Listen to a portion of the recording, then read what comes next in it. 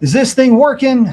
Are we live? Does the feed actually work this time? Maybe, but it looks like it's working. So let's get into it. What's happening, everybody? I hope everybody's having a fantastic whatever day you're watching this. If you're new to the channel, first time stumbling onto this show, basically this is a background noise generator. It allows me the option to visit with you guys and the opportunity to talk about upcoming videos that I've got coming out, and to go over topics that sometimes, well, they wouldn't make it to a normal video. So if you want to interact, jump in there on the chat. Sam's already in. What is going on, man? So in this video, mainly going to be talking about upcoming riding reviews. Which bikes am I going to be taking out for a spin, throwing a leg over, basically giving you my riding impressions. It's kind of a thing that I do. And there are a couple of motorcycles that are coming up that we will be talking about. I'll split away from this screen and do like a picture-in-picture deal where I talk about the bike too. So don't worry, it's not just this bald and beautiful head you got to stare at. There'll be other show and tell, but for the most part, again, this is pretty much just background noise. A lot of times we got truck drivers, machinists, my guys rocking the graveyard shift. What's up, boys? So anyway, diving into this. So lately I've been doing whichever bikes I could get my hands on that were bikes that I kind of liked. And a lot of times it's a lot more fun to do motorcycles that I don't necessarily have an emotional connection to.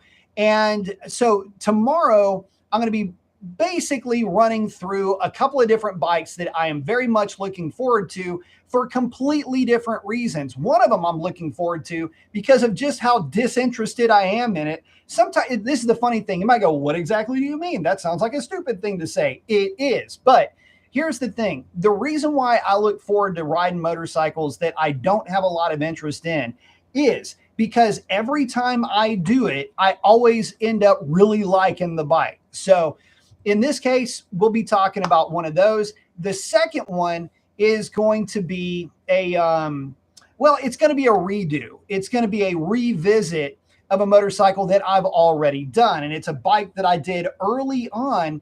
And when I just got started doing riding reviews, the reason why I want to test this bike again is for some context. So enough of my jibber jabber. A whole 3 minutes into this. Oh, hey, here we go. Ryan is in. Saying, sorry, I missed a few. My man, I understand completely. I'd miss a few too. Sharp's in. Happy Tuesday. Sam saying, can't wait to see you on a Honda Cruiser. Some of them are low and sexy. Some of them are. But it won't be a Honda Cruiser. Well, it depends on what your definition of cruiser is. But let's dive into this real quickly for you early birds. What we're going to be looking at is, did I kill it? No, I did not. Here we go. Okay, guys, first one that we're going to be looking at, if I can do this without completely botching this, it doesn't look like I can do. Oh, there we go. This website is real glitchy, so bear with me because this thing is pretty funny. All right, so here we go. Back to it. Why is it doing that? Anyway, NT 1100. So why am I so not excited or yet also excited about this bike? Well, one of the reasons why I want to give this bike a shot is because two of the motorcycles that I did not think that I was going to like, but ended up really liking, were DCT bikes. And I got to tell you guys, one of the motorcycles that I really found, that has found a home on the channel, is the Rebel 1100 DCT. And so the Africa Twin, being the sport utility bike that it is, a lot of guys were fairly polarized with that machine. But the NT is a little bit different story. The NT has the makings of what could be the ultimate commuter. It's a little bit lower sprung and lower slung than its Africa Twin sibling of the bike that it's based off of. but it's got 17-inch wheels. It does have the 1100cc engine with the DCT, and with a ton of connectivity. All the rest is yet to come. But I can tell you, this bike so far has really piqued my interest, because what a lot of you guys have been talking about, and a lot of the comments, especially on the Rebel 1100 video, which is upwards of like 75,000 views by now, is that there's a lot of folks that they really do. A lot of folks really want more information on these DCT bikes. And I got to tell you, after riding them, I kind of want to ride more of them. So initially, I was not all that excited about this bike. I thought, it's basically the motorcycle equivalent of a station wagon, especially once you bag this thing out. But the more I started looking at it, and the more I was just kind of going over my recollection with how much fun I had with that Rebel 1100, and how that Africa Twin just really did seem to embody that whole adventure type bike spirit, I thought, man, as good as those two bikes were at what they do for their own segment, this NT has got to be just the absolute cream of the crop when it comes to all-weather commuters and all-weather day touring bikes. So, when it comes to a true touring bike, does it fit that mold? Maybe for some guys. But I think for day tripping, I think for the type of guy that's going to be an all-weather commuter, this might be the right bike for you. So I am going to be talking about this one tomorrow, once I go ahead and, get the video up and out. So definitely a cool bike, and I'm looking forward to it quite a bit. Let me go ahead and do that screen share. I don't know what is up with that, this particular website for Honda, man. It is glitchy. If I can get this back over here, a little bit better visual. Yeah, I don't know what's up with that. All right, let me get back to you guys. So, as far as other motorcycles or updates, the other bike that I'm going to be doing the ride and review. So I have got to revisit this bike. The reason why I've got to revisit it is when I first tested it, it was more or less in a vacuum, if you will. And what I mean by that is that there was very little to compare this motorcycle to. And at the time, it kind of was more or less just a 2, maybe 3 bike race. But I think that it deserves another look. And so what we're going to do is we're going to bring back the GSX-8R. And the reason why I'm going to bring back the GSX-8R is because I recently rode the Honda. Okay, so the Hornet 750, right after I rode it, I wanted to almost have a palate cleansing where I rode the GSX-8R just to remind myself of why I fell in love with that bike. Because everything that the Hornet did, it didn't do it. Of everything that the Hornet did well, it didn't do one thing very well at all. And what it didn't do very well is be a parallel twin. So what do I mean by that? Okay, so, and this is part of what I'm going to be talking about when I'm riding the GSX-8R, because I really do have to bring it back into the limelight, because the Hornet 750 has done so well. With the GSX-8R, that 776 parallel twin, it is very much a twin in that you get the sense of torque more than horsepower. It's a very punchy bike. It's a ton of usable and accessible power. It is a twin doing twin things and doing it very well. It's the stereotypical power output that you would expect out of that type of an engine. The Hornet 750, on the other hand, a little bit different animal. The Hornet 750 makes power. It's almost like that engine is a parallel twin that's trying to be a 4-cylinder. It makes decent power from idle to 10,500 RPM, but you never get that bam, that big hit of torque out of that bike. The engine, although they're both parallel twins, 270-degree crank, and relatively close in size, that's about all they have in common outside of 4 valves per cylinder, dual overhead. Okay, cool. But it's the architecture of the machine. The Suzuki has a long stroke design in that it's got a small bore compared to its rod length and stroke length. The Honda, on the other hand, has got a much bigger bore and a shorter stroke.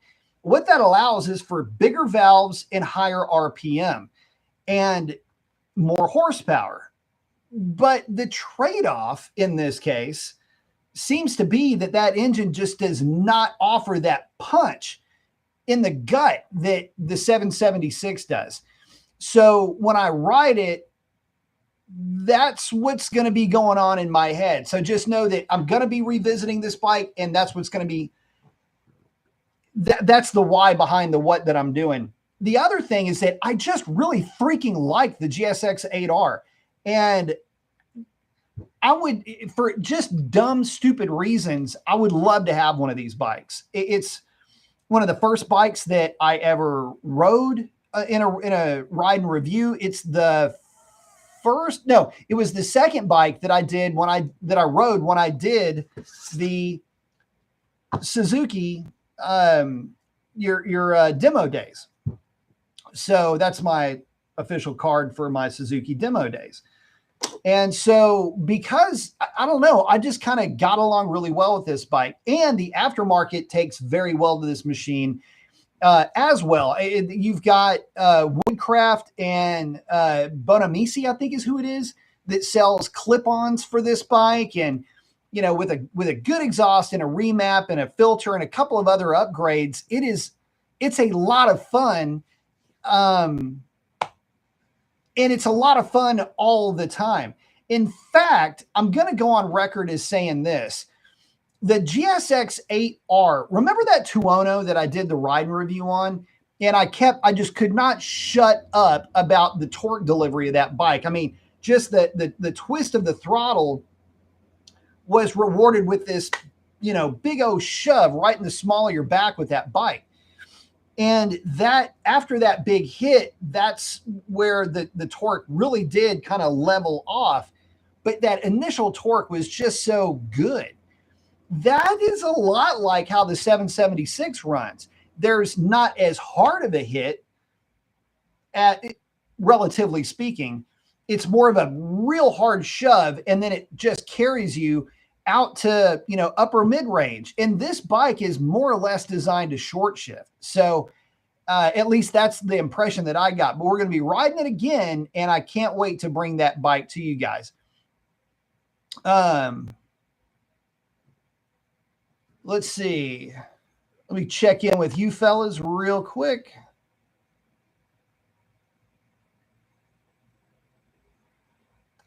What's going on here? Okay.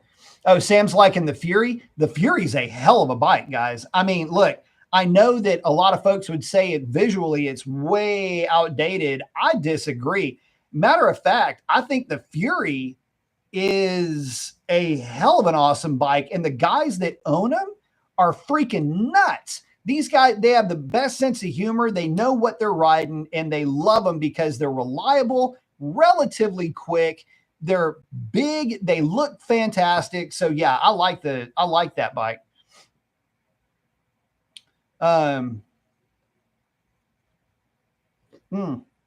Sam's saying that might want to switch to the mobile layout. Yeah, I don't know. That site's real glitchy. The Honda site is. Gordon's in say, what up, brother? Been a while since I've jumped on the live. Well, good to have you, my man. DM is in. I got the bald guy with the specs and the flex. Guys, it was leg day today. How stupid am I? All I did was squats. Just squat, set after set after set of squats. And I'm riding bikes tomorrow. I'm a dumbass. Okay. Sharpsan saying, damn, bro, is the Gixxer 750 ever going to get back to the garage? No shit, right, Sharps? Okay, so check it out. It has been my dude Sharp on his game, my man. I love it. So we are T minus. When was that exhaust order? I think it was the 13th of June.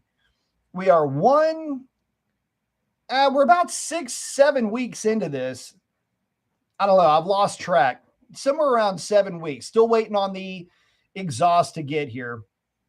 That's driving me nuts. So speaking of Suzuki's that are going to be under the knife, we've got GSXR 750 that at some point will have an M4 full exhaust. I promise you. It's on the way along with a new S22 front tire. The GSXR 1000 has got the quick shifter module or the sensor. It's what am I holding my hands up for? Yeah, it's this thing. It's my pen. The quick sensor module or the sensor itself, the one that's in the rod, I'm replacing that. The reason why I'm replacing that, and this is in a video that you guys haven't seen this one yet. And it's in a practice video where I'm illustrating addressing corners at high speed, where it's a little bit more advanced. And anyway, in that video, there is, or was it in that video?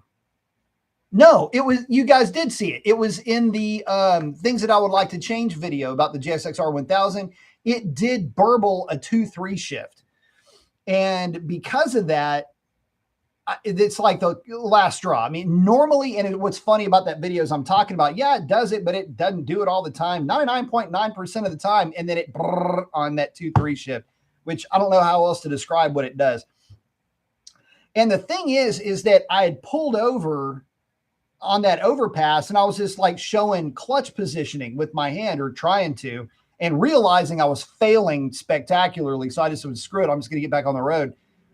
And but the bike had sat for a minute, and usually that's what does it. If the thing sits for just even a small amount of time while it's idling, sometimes I'm thinking that sensor gets heat soaked and it's got a fail in it, and that's what's causing the failure. So that's on the way. And matter of fact, right over here, these are the measurements that I wrote down and that I took today for shaft length and how long it is, because I had adjusted it for, for me. So I've already taken care of that. Second thing, GSXR 1000 needs some tires.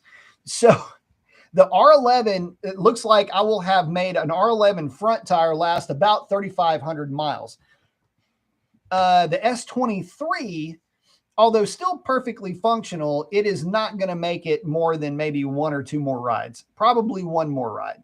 Yeah, 1 more ride. And then it's going to have to get replaced. So we're going to go back with an R11 up front and back with an S23 out back. That combination is so good with that bike. And so, yeah, but yeah, Suzuki's. Oh, and then of course, when this GSXR 750 gets back, I'm going to ride it. But as soon as it gets back, I'm going to pull the top half of it off. And that's when I'm going to be putting the quick shifter on. So we got all kinds of work to do. Let's see.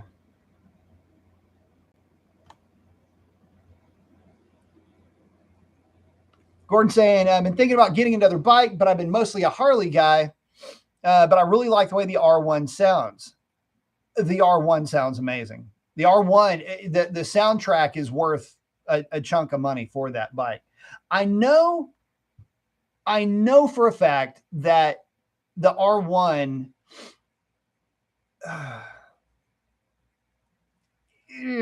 okay, so the R1 for me is right up there, top of the food chain bike. I love that bike.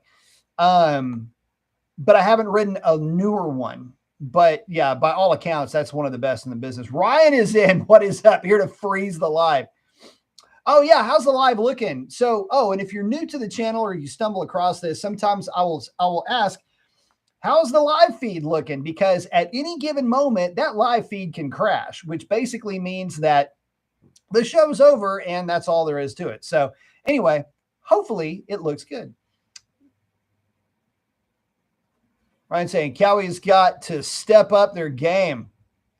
The parallel twin is a snooze fest, and the oh gosh, yeah, the Z650, the Ninja 650 is not good. Is not good at all. Brent, yeah, saying his V-Storm, love that bike, dude. The V-Storm has the 8R engine, the 776, baby, and the low-end torque makes it almost pointless to downshift for acceleration, and that's what makes it so good. So what I was saying is, the thing is with this bike, and I was talking about the Aprilia, that Tuono, it's not the same, but it is the same. The way that you just don't ever have to downshift because of all that torque. It's just all there all the time. And so, but here's the okay.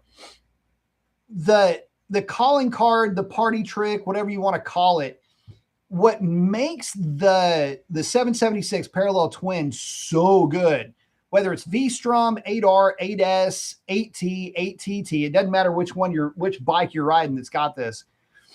It's that engine feels like it's about 200 cc's bigger than what it is all the time. It has got this hit of torque that is instant gratification. And at any speed, at any RPM, cruising down the road, you crack the throttle and the thing just moves out.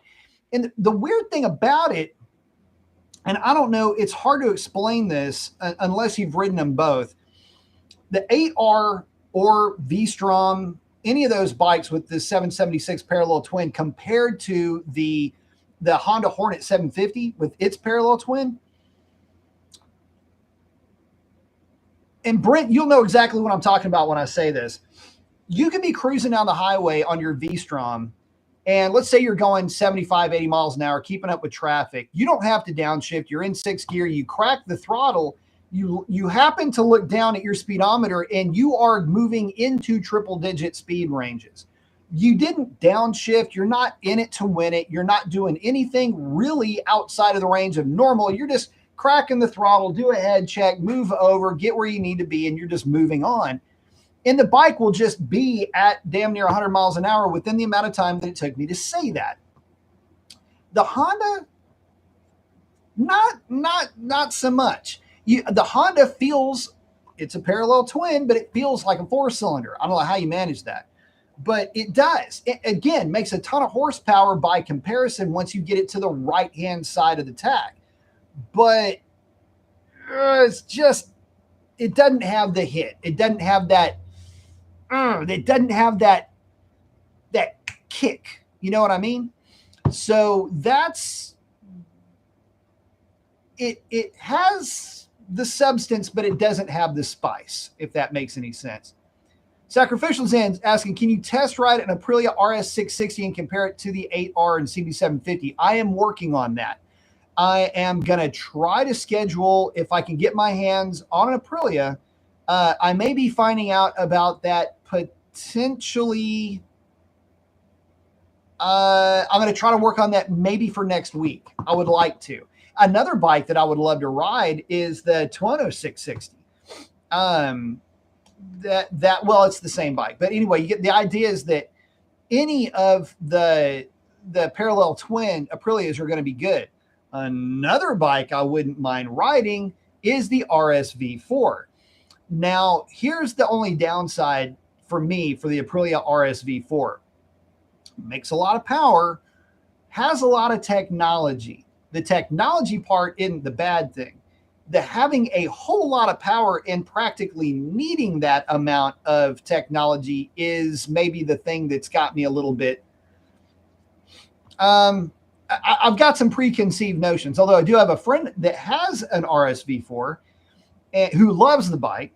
I can tell you that I have grown so attached to my GSXR 1000 that it's going to take a lot to impress me. And newsflash, that GSXR 1000 just seems to get better every time I ride it. Ryan's saying the live is fire tonight. Very good. Glad to hear that. Yeah, Sharps. Yeah, the Ninja 650 is a bit, the weird thing. Okay. So the Ninja 650, not the exact, but it's much along the same lines as the CBR 650, where it's good as a beginner bike, but it's not the bike that you're probably going to keep forever, and it's not going to be that endearing bike. It might be for some guys. If it's your very, very first bike, it could potentially be the one that you go, ah, man, I wish I wouldn't have gotten rid of that, or I miss that bike. Yet what you're missing is the nostalgia of buying and owning your very first street bike and going down the road at highway speeds for the first time. That's what you're missing. It's not really the bike. Sam's liking the YZ350 or YZ300 and Honda 250R. 250R is a good bike. I really wanted a CR250. That would have been a good one. So those are the bikes that are up and coming.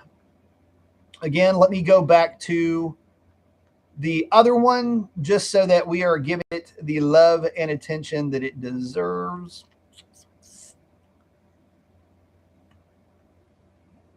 Hopefully it stays good for long enough. There she is. Okay. So NT1100 DCT, again, this will be the bike that's coming up, and we'll see how that ends up working out. DM saying, I've got to admit, I'm an R1 and RSV4 geek. I'm really wanting to see you ride and compare those. So here's the thing, bro. Okay. If this is already queued up, maybe it should tell you something. I like letting the cat out of the bag on this, but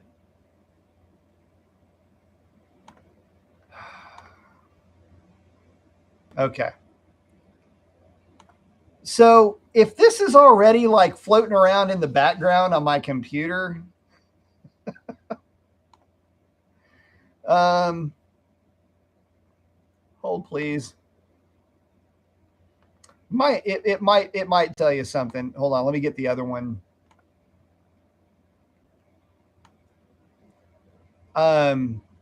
Yeah. So here's the thing. The RSV4 has kind of got my attention right now. And the reason for that, you go ahead and just I'm getting this queued up for you guys. Hold please. As I have been reminded, let's see if this is the right one. As I have been reminded, I've only got one ass, right? I can't ride my GSXR 1000 and I can't ride my GSXR 750 at the same time. And one of the problems that you have when you have two bikes that you really like is that there's always one bike that you also wouldn't mind having. And the thing is, look, don't get me wrong. I really do. And when I say I really do, I really love my GSXR 1000. And I really do love my GSXR 750 if I ever get the bike back. But the thing is that when it comes to value per dollar, can you beat the Aprilia? I don't know that you can. And, you know, for the money, I would technically be saving money if I did a 2-for-1 deal on an RSV4, maybe even an RSV4 factory. And so I was thinking about it, and the more I thought about it, I was like, should I do it? I don't know. But I will tell you this. They're a hell of a bike. The only thing that... Okay, so the RSV4 for 2026 is a monster, all right? I mean, it is being marketed and touted as the most powerful motorcycle from the factory that you can buy. And so far as I can tell, the dyno is agreeing with that. Untuned. I'll just put it to you like this. Untuned, the Aprilia is putting down 203 to 205 horsepower to the rear tire. It's rated at 220. That is the standard drop, that 15 horsepower that gets eaten up through the driveline losses. That's what this bike is doing to the rear, putting down to the rear tire. And this bike, as awesome as it is, though, the only thing about it that a little bit gives me the creeps in the amount of power that it's putting down. It's just all the technology that's baked into this bike. I would have to be numbing the hell out of this thing. Or, you know, I wouldn't be running that much with it. I would try to figure out what the A1 setting would be equivalent to the Gixxer and just rock that with the Aprilia. But again, to give you an idea as far as what might be rattling around in my head, that would be it. But, and this is the one thing that would keep me from making this deal happen. Number one, Gixxer life. I mean, I love the Suzukis. Number one. Number two, here's the funny thing. I don't know that this would be the right bike for the channel, because at the end of the day, I still have to put out content.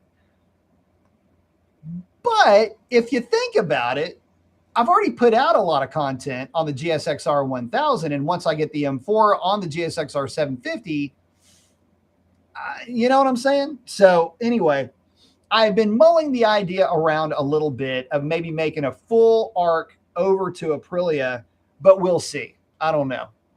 I don't know that I could let the Suzuki go. That's the other thing, is that where the Suzuki is now, this Aprilia is, I mean, it's more power, I guess, technically, but there's a lot of nannies involved. And would it be better? Is more better? I don't know. Fun fact, the Aprilia is a lot less to insure than the Suzuki is.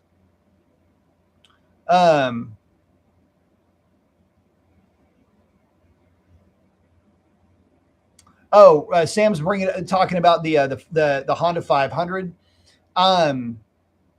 Yeah. So here's the thing. When I rode the 500, how do I say this? I'll put it to you like this. I haven't really gone back and looked at analytics on that video. That video did not want to gain altitude. And I thought that it would, because it's more of a global type of an outreach with that bike. Does that make sense?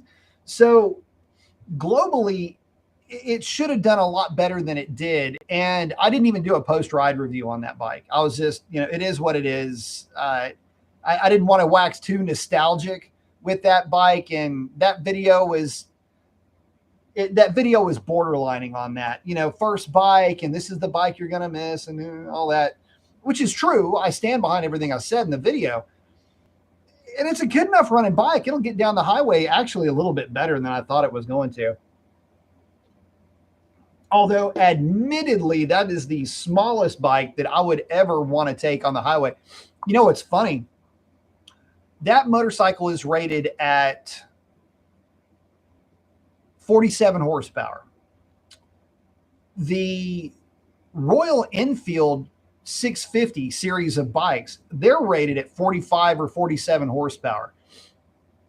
I will stand by this. I don't know what the specs show, and I don't know what would happen if you lined those two motorcycles up and raced them, that CB500 versus the Royal Enfield 650. But I have a sneaking suspicion that that Honda would be looking at the ass of that Royal Enfield. The Royal Enfield actually felt like a much stronger bike than the Honda. Now you could say, well, yeah, you know, it's a bigger engine and whatever. Yeah, but it's an oil-cooled, air-cooled, not near the same real power-to-weight ratio that Honda has. And it's still, the Royal Enfield felt better.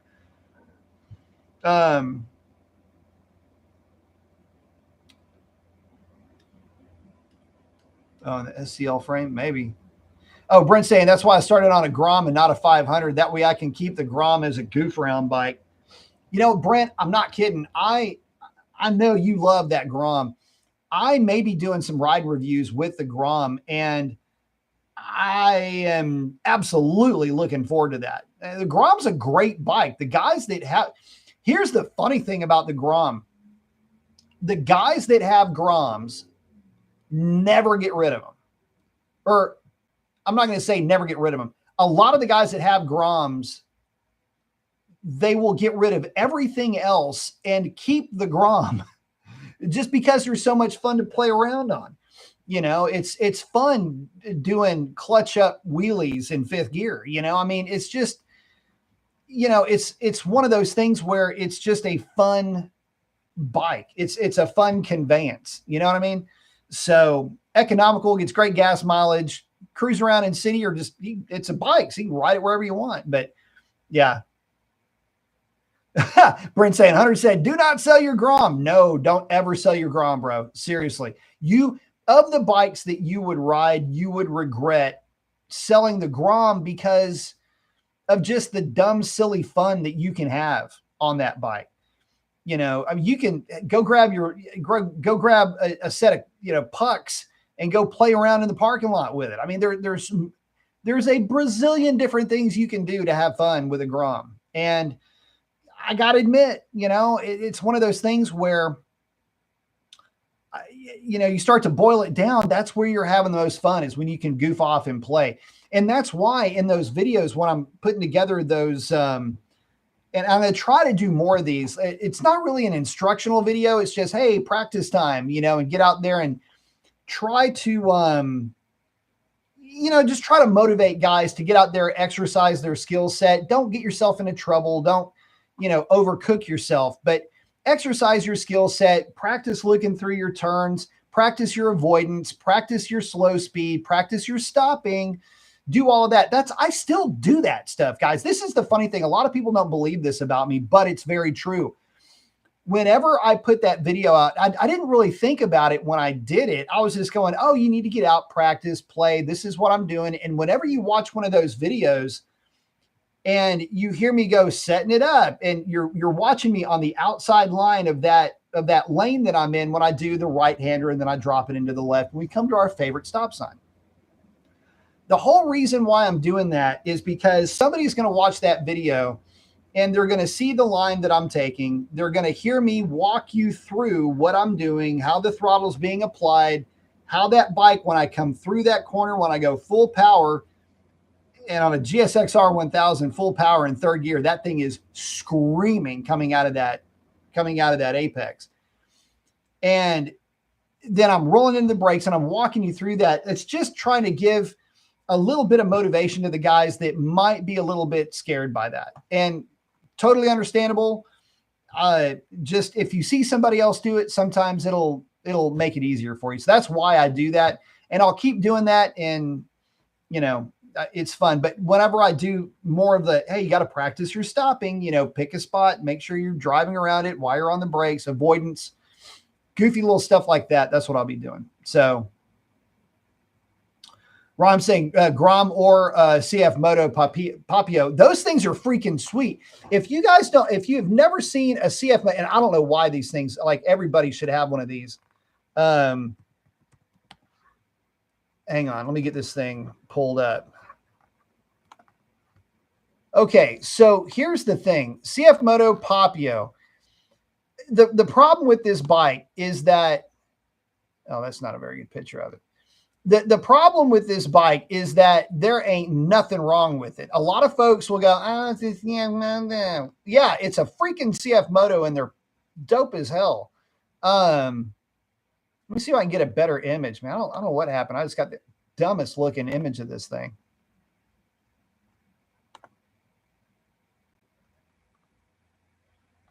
This is somebody's ride and review. Anyway, it's basically just, it's like a little sport bike. It's like a Grom with a fairing on it. I don't know why this thing is acting so weird. And my computer on my end, I don't know what it looks like on y'all's end. Here we go. We'll just I'm going to use this one and we'll just kind of there. Okay, so let me share that screen with you real quickly. Here we go. Okay, so this little guy here.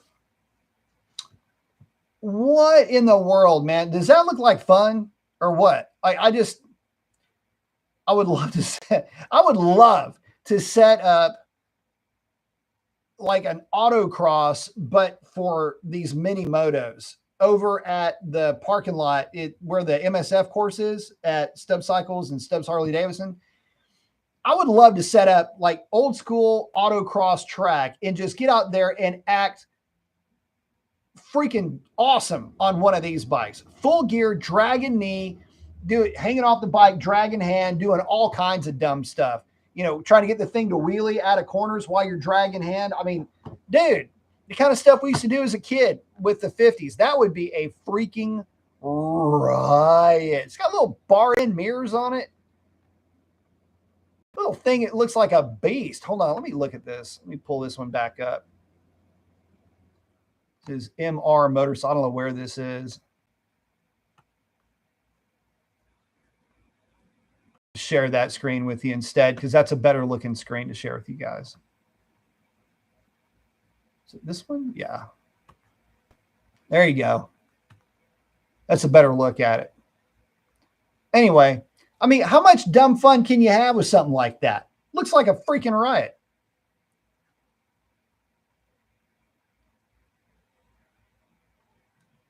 Says, I'd love to set up a race league with 50 to 100cc bikes. Hell yeah, dude. Hell yeah. So, yeah, something like that, man. That stuff like that is just awesome to me. I love bikes like that. So, yeah, if I can never get my hands on one of those, believe me, I will be out there acting a fool on one of these things. Because I think that's what you're supposed. I think it's like illegal if you don't act silly. Anyway, that looks like too much fun to me.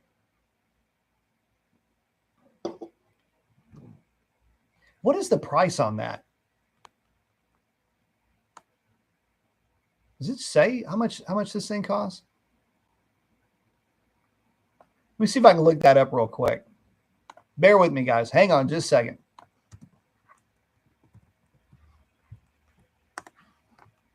I suppose I need to look this up, USA pricing. I don't know why. I think thinks I'm in the Philippines.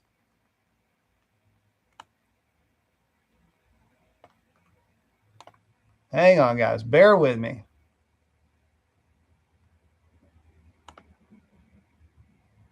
Yeah, so for $3,000. There it is. It's right there on the thing. It's literally on the page. Yeah, so for $3,300, that can be yours. And they're cheap and they're fun. There we go. I guess if I would just have looked at the thing that I literally pulled up. So good, clean, cheap fun for the whole family. All right, let me check back in with you guys. Yeah, Ryan said 3,300 for the Popular SS. Yep. Ryan's going, it's on the screen. I'm over here looking at other stuff. Yeah, exactly. If I'd have just looked up, I'd have seen it. Are these things working? Are these things live? Are these working? It looks like they're working.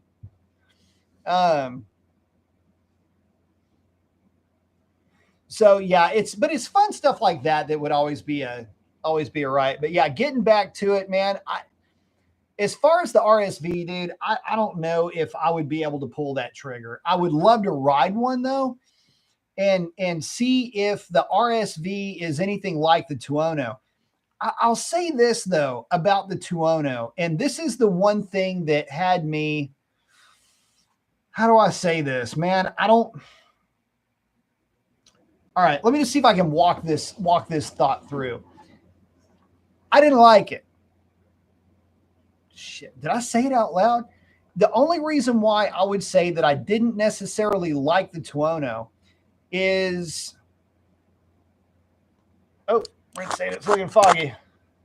Oh, I think that made it worse. Hang on.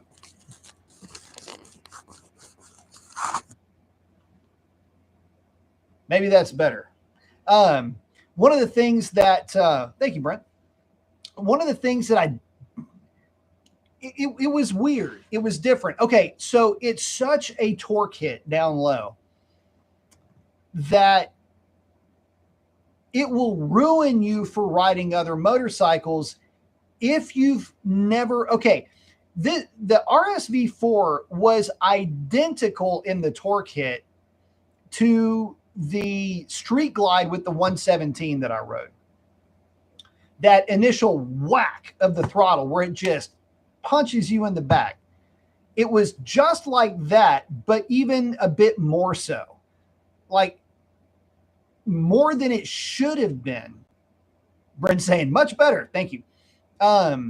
Much more than it should have been for the type of bike that it is. And it's a great trait. Don't get me wrong. And I was over here just comparing the 8R/8S/V-Strom to that bike in terms of how it puts down torque relative for its size. Thing is, though, because the Aprilia hits so hard down low, it's got every nanny in full effect when you do grab the throttle. Now, granted, I was in sport mode. There wasn't any kind of track mode defined. Not only that, but even in sport mode on the Tuono, I was trying to figure out how to readjust all the settings to remove a lot of what is in essence predictive wheelie control and predictive traction control. And that's where things start to get a little bit grainy for me, if you will, because to remove all of that is going to make this bike a riot to ride, but it's also going to make it more skittish. So I don't know what the RSV is going to be like to ride, but I'd love to ride one. But it's because of the torque hit, which is so good on the RSV, that I was saying that I would prefer to have the GSX-S 1000. Man, that was a long way to get to that point.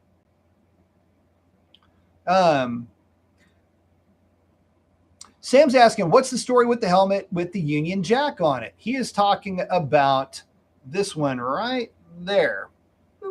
That was my dad's helmet.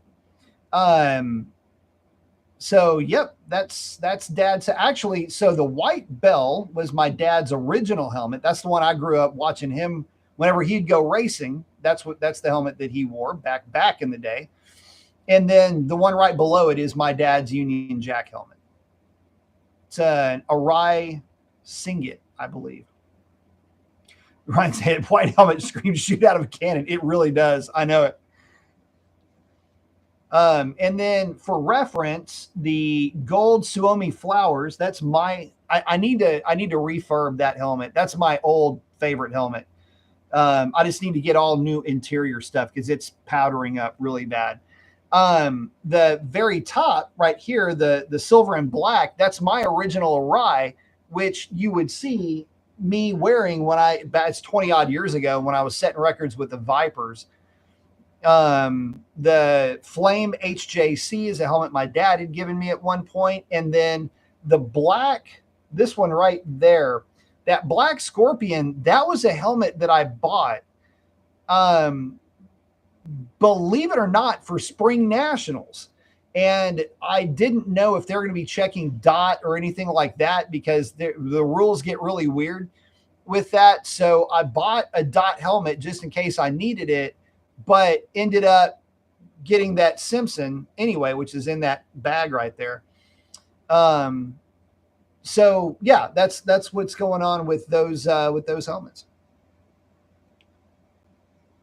I'm saying, love it. Yeah, I remember my dad. So my dad, y'all know the story, and my dad worked nights, and him and his buddies would go street racing at lunch, basically. And I would, on occasion, go to work with my dad. And so we would, at lunch, we would go. I wasn't riding with him when he was racing, not on the bike anyway. We had a few tussles in the vet, but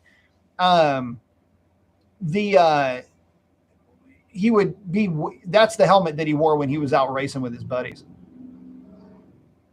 Oh,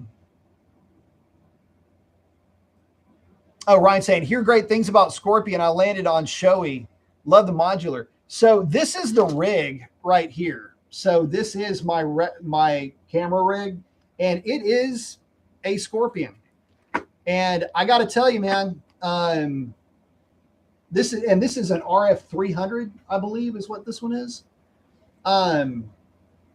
So here's the thing. Let me just tell you something about the Scorpion, and they ain't paying me to say this. I own two of them.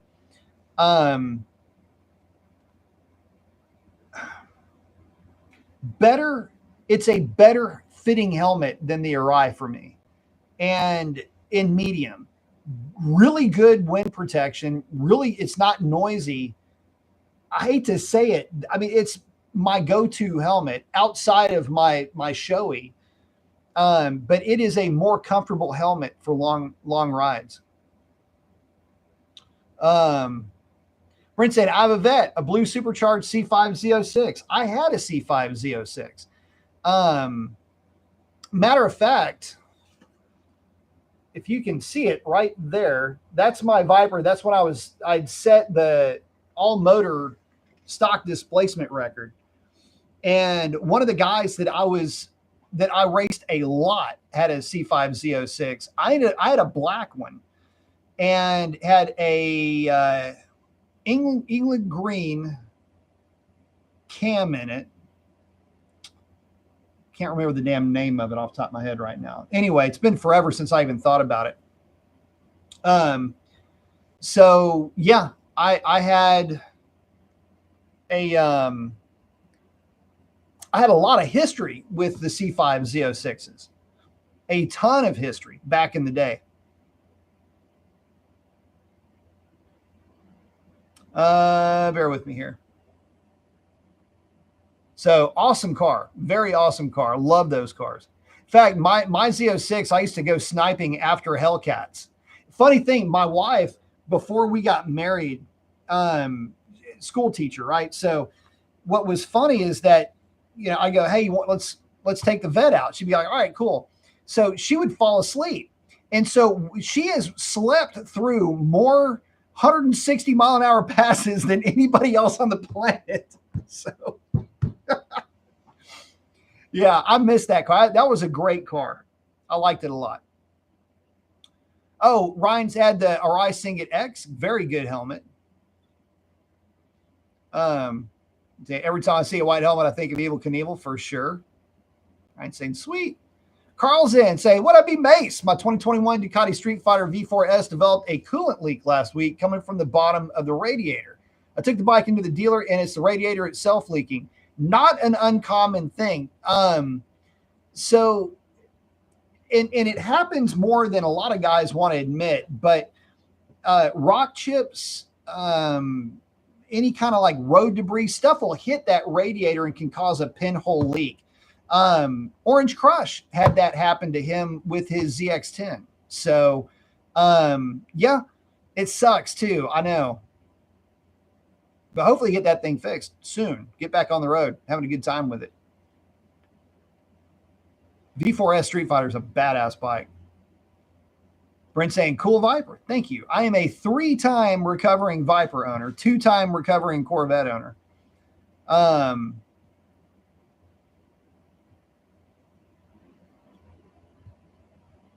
Sharp saying, currently using a Arai Corsair X, also very good. Nikki Hayden Laguna, very nice.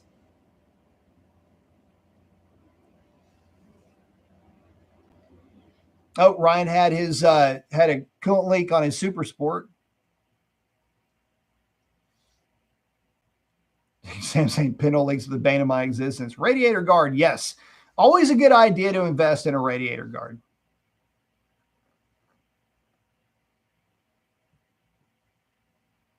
Oh, Carl's saying it might be a manufacturing defect. You know what? It could be. Here's the funny thing. I'm talking about radiators leaking.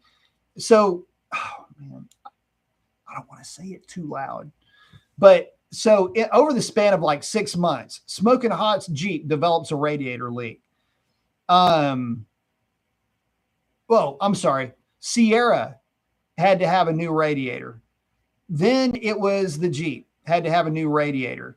Then it was Revlon. If y'all remember correctly, Revlon developed a radiator leak at the end cap at a track day.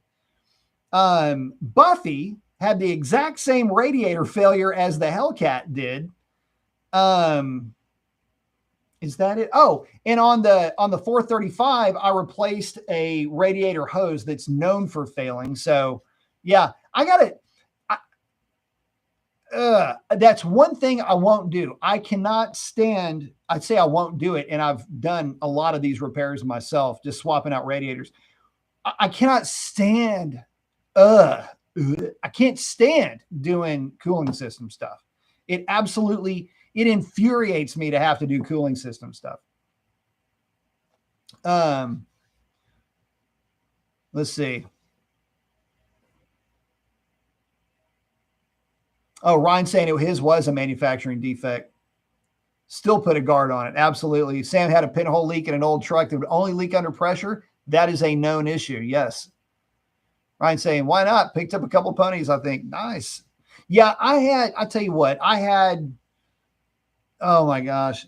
Oh, and then Foxy. I knew I was forgetting something. Foxy's radiator, because Foxy sat for so long, what had happened was the coolant lost all of its anti-corrosive capability, and it had literally Swiss cheesed the aluminum radiator. And it was like a shower head. If you put air in it and dunked it, the whole thing bubbled, like the whole core bubbled. It's crazy. Sam saying, I'd rather do coolant leak than electrical. It depends on the coolant leak. You know what? I don't really have a problem with electrical. I know a lot of guys get worked up over it. I used to, but you get into like this Zen thing when you're just getting all the looms and you're wrapping looms and you're creating everything. And when it comes together, it's real satisfying. It just drives me nuts to have to deal with coolant stuff. Sam said, I'll do freeze plugs on a 318 than electrical. I'll tell you what, I'll say this. It's one of the reasons why the 750 isn't here is because I don't feel like removing the radiator, moving everything out of the way on the 750 to get to the headers to knock that out. I probably should have.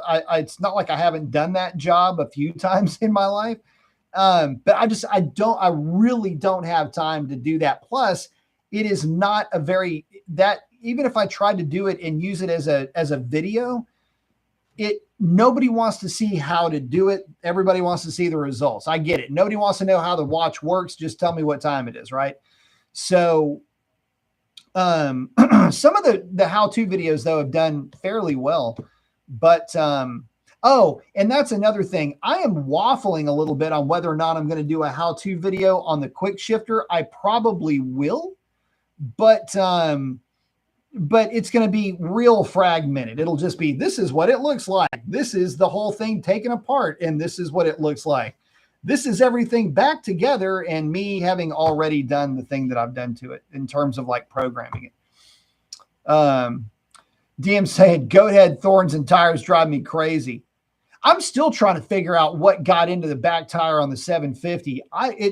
It literally, it looked like that thing had been shot with a 22. It should have thrown that out. By the way, that bike saved my ass too. So for you guys that don't know, I had a flat tire. It wasn't really a blowout, but I had a flat tire on the 750. And the way that I discovered that I had a flat tire is because I went to set it up and drop it into a U-turn, and the bike stepped way far out on the right-hand side. And I just you don't ever chop throttle. You just kind of roll off throttle, and I hop off the bike and it is completely flat. And it had to have gone flat it probably evacuated its entire contents of air in like 5 seconds. So, yeah, kind of messed up, but yeah, that's why it's got the new tire on the back. Sam saying, oddly enough, the worst job I ever did was upper and lower ball joints on a Dodge truck. Front end work's never fun. Ryan saying, thanks, be great live. Have a blessed one, y'all. You do the same, my friend. And we are coming up on an hour, so I'm going to have to start wrapping this up. Guys, so to recap, we've got the NT. I keep calling it DT in my head. We have the NT 1100 coming up for review. We have the GSX 8R coming up for re-review. And we've got a questionable decision on my part to go look at Aprilia RSV4. So we'll see what ends up happening with that. But with that, guys, listen, I want to thank each and every one of you guys for hanging out with me. Would not do this without you. Get out there and do something cool for somebody. Chances are they need it way more than you know. And with that, guys, I am going to wrap it up. Thanks again, guys. Y'all take care. Sharp saying 600 comes fast. Yes, sir. Guys, take care, guys.